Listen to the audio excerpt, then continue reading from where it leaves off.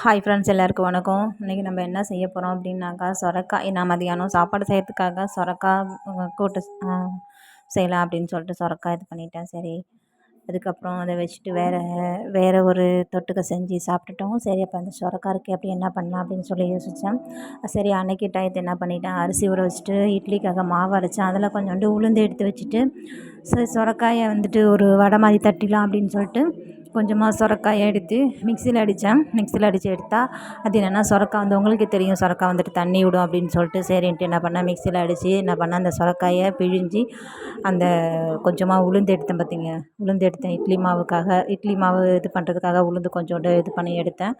அந்த உளுந்து மாவோட அந்த சொரக்காயை மிக்சியில் அடித்து கொஞ்சமாக பிழிஞ்சு எடுத்து வச்சுட்டு, அதுக்கப்புறம் வெங்காயம், பச்சை மிளகா, கொஞ்சமாக அரிசி மாவு, உப்பு அப்படின்ட்டு எல்லாம் கலந்து என்ன பண்ணிட்டேன், எல்லாத்தையும் ஒன்றா கலந்து எடுத்துகிட்டு வந்துட்டு கொஞ்சமாக எண்ணெய் ஊற்றி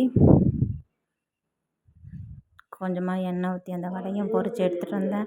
ஆனால் பார்த்திங்கன்னா, பொரித்து வச்சோன்னே எல்லாம் சாப்பிட்டாங்க. எனக்கு கிடைக்கவே இல்லை. எனக்கு கிடச்சது லாஸ்ட்டாக 2 வடை தான். ஓகே ஃப்ரெண்ட்ஸ், நீங்களும் அந்த மாதிரி வீட்டில் சொரக்காய் ஏதாச்சும் காய் ஏதாச்சும் மிச்சமாயிடுச்சுன்னா இது மாதிரி ட்ரை பண்ணி பாருங்கள் ஃப்ரெண்ட்ஸ். ஓகே ஃப்ரெண்ட்ஸ், பாய்.